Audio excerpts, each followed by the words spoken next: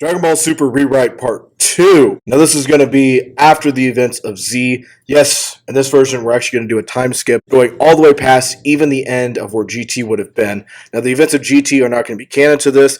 This is going to be set 1 year after GT would have ended. So, the year 791, Oob is going to be 17 years old. Pan is going to be 12 years old. Bulla is going to be 11 years old. And for Pan, she's just going to be a girl version of Goku. Orange gi, blue underneath, with the Power Pole and Nimbus flying around with her. Bulla is going to be a true combination of Bulma and Vegeta, headstrong nature of both of them, the intelligence of Bulma, the work ethic and fighting prowess of Vegeta. So here we go. We're going to rewrite the Moro and Granola arc. So Oob, Goku, and Pan are all training together at Goku's house. Now Oob also is going to have Goku's gi on at this time, and then they get a message that they have to get ready to go to Bulma's house for a get-together. So they fly all the way to Capsule Corp to prepare for the get-together. Before they do, Vegeta, Bulla, and Trunks are all training in his gravity chamber. A malfunction happens in the chamber, and Bulla starts to work on it and eventually fixes it. Trunks then says he has to go to a meeting at Capsule Corp as he is the president. Once the party is all for the Dragon Team, Jocko and Tarbell arrive from the Galactic Patrol. Jocko gets a message on his wrist saying that there's been an attack on planet Yardrat, and the call goes dead right after he gets it. Goku, Oob, Vegeta, Jocko, and Tarbell all get together to go after planet Yardrat to help them. Pan wants to join along, but Goku says she's just too young right now. So we're gonna have Yardrat be like the manga is. So the Yardratian people have a face they put in front of everybody, a face that's actually real. That way we connect both the manga and the anime together, just like the manga did. I think that's actually a cool aspect that they put in with it. So when they all get there, everybody's really afraid of Vegeta when they first see him, because they've heard the stories of the murderer known as Prince Vegeta. Vegeta gets pretty angry with it and flies off, but they're excited once they see Goku and ask him how he's been. It's been so long. He says he's been good and that he's with his student Oob. Vegeta's investigating what's happening to the planet by himself, and when he does it, a black hooded figure appears behind him. Vegeta turns around, prepares for a fight, but the hooded figure pulls out a black crystal. Going back to Goku and the gang, Goku feels Vegeta's energy drop completely, and he says be on the lookout, something bad's about to happen. Another hooded figure appears behind them. Goku goes Ultra Instinct, and this hooded figure pulls out a white orb. King Kai then contacts the Z-Warriors on Earth. He tells them something very bad has happened, that Goku and Vegeta's energy has disappeared. Everyone is shocked by this, and then they see up in the sky an Galactic Patrol spaceship crashing into Earth. They all run up and see the pod doors open, and an injured Oob falls out. Once they tend to Oob, he's too injured to speak. They look up and see another spaceship coming to Earth. They all get up and prepare for a fight, but once they do and the spaceship door opens up, out walks Granola. Now Granola in this is going to be physically 16 years old, so much younger than we see him in the manga. Granola goes on to explain his backstory. He says he was the prince of planet Cereal. In the year 735, his people were attacked by the Saiyans. He watched his 3 older brothers die, and during one of the final raids by the Saiyans, he was knocked unconscious and put into a coma. Oatmeal then has to explain the rest of the story as he doesn't remember it. His father put him in a cryogenic state and then sent him off as a spaceship as the Saiyans were turning ape and killing everybody. The Saiyans attacked his spaceship and knocked him off course, where they would go wandering in space for the next 60 plus years. Granola finally woke up 2 days ago and they went to the first available planet, which happened to be Earth. The Z-Warriors all look at each other very concerned and agree silently not to talk about the Saiyans or tell Granola. Oob is given a sensu bean, but still can't remember what happened on Yardrat. He tries to think, but only draws a blank. This is when the Grand Supreme Kai takes over Majin Buu's body and explains the situation. He tells him that the cult of Moro had taken over Yardrat and was attacking them. Just hearing the name, the cult of Moro, Oob begins to shake and sweat, and he thinks of Moro as a picture of him runs through his mind. Oob then remembers what had happened. He feels a dark presence coming over him as he remembers the man in the black robes. Once the man in the black robes had appeared and Moro's face came across Oob, Oob began to change, and an evil presence take him over. Goku then had to try to stop him, but was trapped in the white crystal, just as Vegeta was. He then had an internal struggle with himself, and was able to get back on Jocko's ship, helped thanks to the Yardrats, who sent him away just in time. Supreme Kai then tells him that 10 million years ago, Moro was devouring enormous amounts of planets, so the Supreme Kais of all 12 universes united and sealed him away in a planet. That's why the cult of Moro is learning instant transmission to find the hidden planet, and to free Moro. Grand Supreme Kai tells them that they need to hurry and get ready to leave within 24 hours to go help them, because within 24 hours they will find the planet and free Moro. During that time, Granola stays at Capsule Corp with the rest of the Z-Warriors. He wakes up from a nightmare and tells Pan of the pain that he had felt during his past. She wants to tell him so badly the truth, but is stopped by Piccolo. Goten is unsure if he wants to actually go with them and train or not. He says they can deal with it, and he'd much rather spend time talking to girls. That's when he sees Marin. He hasn't seen her in a long time, and isn't entranced by her beauty. He then agrees to go on that next day with them. Krillin, Yamcha, 17, and 18 agree to stay on Earth in case anything happens while they're away. Gohan, Granola, Pan, Bulla, Goten, Trunks, Tien, Piccolo, Grand Supreme Kai, and Oob use instant transmission and leave to planet Moro. The planet is a desert when they arrive. Storms attacking it constantly. The Grand Supreme Kai says they hid the opening to the tomb somewhere under the desert, or even he can't find it. They begin to search the planet, and the team splits up. Once they do, this is going to be inspired by BoJack Unbound. You're going to have all the characters from the BoJack gang appears. Piccolo fights Beto and gets beat up. Tien fights Kogo and kills him the way Trunks did in the movie, using the Kaioken to punch him instead of going Super Saiyan. BoJack appears in the shadows and knocks out Tien. Trunks and Goten fight in Zanga. She tries to seduce Goten. Trunks saves Goten by kicking her in the face. Pan and Bulla team up to fight Bujin. While they're fighting him, Bulla is put in the strings trance. She becomes super angry and then goes Super Saiyan, breaking the strings from her. Bujin then leaves. Gohan, Granola, Grand Supreme Kai, and Oob find the entrance to unlocking Moro from his tomb on the planet. Two hooded members of the Cult of Moro appear behind them. They have Jocko, Tarble, and a Yardrat in chains. Yardrat apologizes and says he didn't want to do what they told him, but they said they would kill his family if he didn't. The cult holds two crystals, one light, one dark. They will put them together and make a yin and yang crystal. They say this is the power of Goku and Vegeta within it, and this is to unlock Moro. BoJack appears with Piccolo and Tien over his shoulders. He throws both men onto the ground, and the Cult of Moro members put the Grand Supreme Kai in the strings trance. BoJack then looks at Oob, who puts a picture of Moro into his mind as the young man falls to the ground in fear. Gohan and Granola team up to fight against BoJack. Granola then cries out for Oob and shoots at one of the cult members trying to unlock Moro. He yells at Oob, who finally faces his fears, runs up and removes the Yin Yang device. During the fight against BoJack, Gohan is overwhelmed and is about to be killed by him. This is when Pan rages up and turns Super Saiyan, blocking the shot that could have killed her father. The tide turns on the BoJack gang. As Bulla kills Bujin, Grand Supreme Kai kills Beto, BoJack kills Zanga, just like he did in the movie. Gohan then powers up and kills BoJack, just like he did in the movie. The day is saved, and they return to Earth. Oob is ashamed as he tells Granola, but Granola reassures him that he did what he could, and he faced his fear when he had the chance to, and he helped save everybody. Oob feels a lot better about this now. Once they're back on Earth, they unlock the crystals, freeing Goku and Vegeta from their prison. Everybody is so excited and happy to see both of them. That is, except for Granola. He sees a flashback of King Vegeta and Bardock attacking his planet, and then going ape and killing everybody. Granola is in a sweat and punches Vegeta right in the face,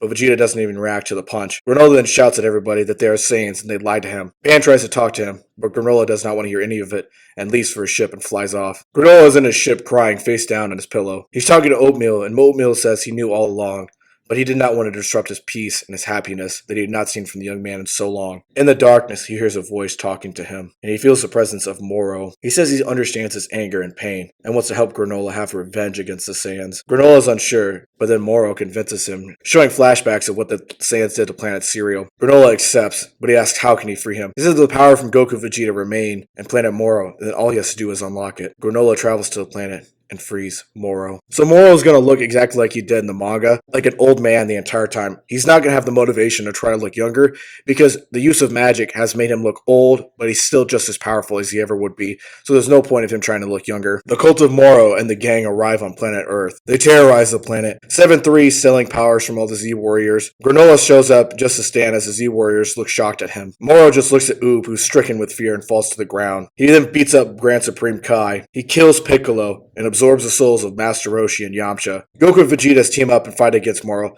but he absorbs their power, leaving them completely drained. Moro then knocks out Grand Supreme Kai with just one kick. Once much of the Earth has been destroyed, Moro tells his gang and Granola to get back on the ship and watch from the planet. He then opens his mouth and begins to absorb all the souls on planet Earth. This is when Tien jumps up, creates an energy shield protecting everybody for as long as he can. He tells Goku and everyone to leave. Goku grabs as many people as he can for the instant transmission. Pan reaches out for Gohan and Videl, but just as she is about to touch them, the barrier breaks. Tien and everybody else is absorbed, and Goku has no choice and enter transmissions off the planet. Only Goku, Vegeta, Pan, Bulla, Bulma, Goten, Marin, Krillin, 17, Hercule, Grand Supreme Kai, and Oob make it out alive. The rest have been absorbed by Moro, and they tell them that they can't even make it to the afterlife as they're trapped within Moro and absorbed by his power. 17 is heartbroken and angry, holding up Goku responsible, punching him in the face and knocking him to the ground. Krillin is also furious at Goku. Marin is heartbroken, but comforted by Goten. Bulma can't even speak, as she is so traumatized by the loss of Trunks and her family. The Dragon Team has been revealed to have teleported to Planet Salad in Universe 6. Goku explains if they had stayed in Universe 7, they would have been hunted down by Moro. This gives them a little bit more time to train and come up with a strategy to fight against him, maybe about 6 months. On planet Sadala, they find Kaba, who's grown to be an adult man. They then meet Khalifa, who's revealed to be the princess of all the Saiyans, daughter of King Sadala. King Sadala is then revealed to the group. He can look like he did in Dragon Ball Kakame. I like that design and look of him. The king meets Vegeta, who since he's the prince in the other universe, the two become quick friends, and he even boasts that his son should marry Vegeta's daughter, that way to keep the royal bloodlines together. And one of his sons looks at Bola, smiles, but Bola shakes her head in embarrassment. Hit and Frost also arrive on the planet to help the team. The Dragon Team prepares for the threat and goes off to train in their individual groups. Planet Sadal is going to have a very similar look to it the way Middle Ages Europe and feudal Japan did, with large beautiful castles. King Sadala arrives, and he asks Vegeta not to use the Super Saiyan transformation or to teach anybody else it. Vegeta is shocked by this, but agrees. But unfortunately, he goes back on his word. He teaches the other Saiyans in the army this transformation. King Sadala then arrives and is furious at Vegeta. The two end up fighting. Vegeta wins the fight, and King Sadala reveals his backstory. That when he had won his throne, he had used a transformation, but unfortunately had killed many of his comrades, and even Khalifa's mother, who she had just given birth to Khalifa not long before. King Sadala is ashamed of himself and says he cannot forgive himself for doing that day. Vegeta then reveals that Kaba and Khalifa both know the transformation, and that the Universe 7 Saiyans have mastered it. King Sadala is shocked by this, and relents, and tells him that he can use a transformation and teach it to others. The Dragon Team all goes off to train with their individual groups. Vegeta with the King Sadala deep within the planet's core in a lava-filled environment. Goku with Hit on his planet. Oob, Kaba, and Grand Supreme Kai go off to train. 17, Krillin, Goten, Kale, Khalifa, Bulla, Pan, and Frost all train together. While training, Kaba and Oob become close friends. Kaba reveals that he's the highest ranked Saiyan warrior in the planet. He also tells them that he has a crush on Khalifa and has always cared for her, but he feels unworthy to be with the princess. Oob says he feels fear towards Moro and doesn't believe in himself, and he fears growing to be like Majin Buu was one day. They both agree to face their fears and overcome them. Pan and Khalifa talk. Pan is angry at herself and at Goku for not being able to save Gohan and her family. Khalifa says Goku trained her in the past, to Pan's shock. She also says she doesn't want to be a princess, but knows her family and people need her. Pan and her focus and train harder together. Kale and Bulla talk. Kale reveals that when she was a baby, she was abandoned, found by the royal family, and brought home to be a friend for Khalifa. She feels forever in their debt because of that, and will train as hard as she possibly can, though she does have problems dealing with her anger and her emotion. Bulla understands not being able to control her anger and emotion, and both of them agree to work on it. Bulla then goes up to her mother and promises her that they will defeat Moro and return their family to the way it was before. Goten grows close to Marin. He also talks with Frost, who they both share a joy and a love for superheroes, and agree to start a team one day together. Almost 6 months have passed. Moro's army arrives and catches everyone off guard, as they thought they would have a little bit more time to prepare. As soon as Moro's ship lands on the planet, the Saiyan army gets into action along with the Z Warriors. The Saiyan army goes to fight Moro's. Oob sees Granolah and immediately goes after him. The two are furious at each other and blame each other for betraying one another as they fight in the sky. Krillin fights Yunba and knocks him out with the Kamehameha just as he did in the manga. 17 blindsides 73, pummels him to the ground and blasts off his left arm. Goten fights two Cult of Moro members, turns blue and knocks them both out as Marin cheers on from the background. Bulla and Pan fight Songba, and both of them together just aren't strong enough to beat him. This is until Pan rages out and knocks him to the ground. Frost fights Bakara Korda, the machine-type guy, and blasts him into a million pieces. Kale and Khalifa fight the female convicts, who fuse together. Kale and Khalifa smile at each other and do the exact same, making Kefla, knocking out the female convicts and then separating as they become too powerful to hold the Patara earrings. Moro then descends from his ship. Granola and Oob stop fighting as Oob and the Grand Supreme Kai team up to fight against Moro. Oob is still stricken with fear and not able to battle as well as he could, fighting his demon side. He does shoot a blast at Moro, who gleefully cheers and tries to absorb the power, but has his hand blasted in pain as he's shocked looking at Oob. The Grand Supreme Kai is being smacked around, and then Moro decides to give some power back to Songba, just like he did in the manga, making him overload with power and fight against the Z Warriors. Goku arrives going Ultra Instinct, hitting Songbot and knocking him to the ground. Hit decides to finish the job. Hit uses his time skip to land 1,000 punches and kill him. Goku is displeased with him. Everybody is impressed with how far Goku has gotten with his Ultra Instinct power. Moro then blasts Goku from behind, but Krillin throws a Destructo Disc, splitting the blast into two. Goku and Krillin smile at each other. Goku and Moro fight. They're close, but Moro has a slight advantage against Goku, punching him from every angle. That's when Vegeta arrives out of nowhere, punching Moro in the face and knocking him to the ground. Vegeta and King Sadala have arrived. The king blasts Moro's army and kills most of them. Vegeta and Moro fight. It goes like it does in the manga, except Vegeta's in Ultra Ego form. He uses the Force Spirit Fission and liberates many of the lost souls from Moro's power, and Moro begins to become weaker and weaker. This is when Moro decides to blind Vegeta and the rest of the Z Warriors and devour 7-3 just as he did in the manga, turning him into a new transformation. Moro beats up Vegeta with the rest of the Z Warriors. Hit goes in, but Moro snaps his neck, killing him. King Sadala then turns Super Saiyan, but Moro absorbs his soul. With King Sadala's death, Khalifa cries out for her father, and Kaba rages out, turning Super Saiyan Rage, just as Trunks had done. Oob then stands up and fights against Moro, who's now even more powerful after absorbing King Sadala's soul. They fight together against Moro, but it's still not enough. Kaba is knocked to the ground and knocked out of his transformation. Moro then goes in for the kill against Oob, but Grand Supreme Kai jumps in front of him and is stabbed through the chest. Grand Supreme Kai then tells Oob he's the only person who can defeat him. While in his dying breath, he gives Oob all of his power. Oob then unlocks his ultimate transformation, as he did in GT. Oob and Moro fight each other to an even standstill. Moro then gets desperate,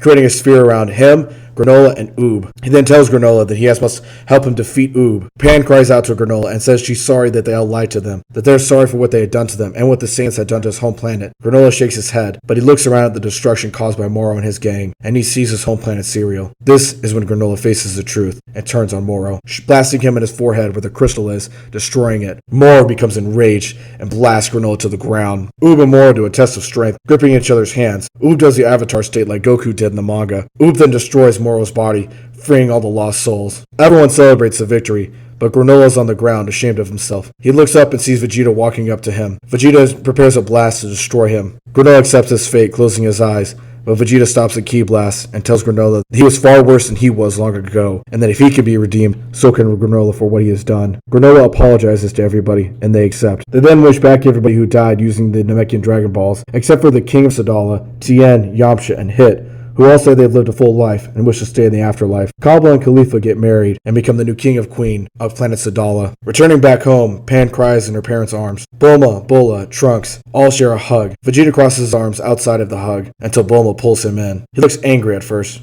and resents it, but then decides to give in and smile with his family. Pan hugs Granola, as does Oob and the entire younger generation. Granola then reveals he's going back to see his home planet, but he will return. He goes to his home planet of planet Cereal. After the Saiyans conquered it, a new alien race brought it and colonized it, but after Frieza was first killed, they abandoned the new cities and everything they built, leaving it for destruction. Granola looks around at the rubble and goes to his former home. It's covered in moss and rubble and litters on the floor, but the castles that once stood tall are still standing.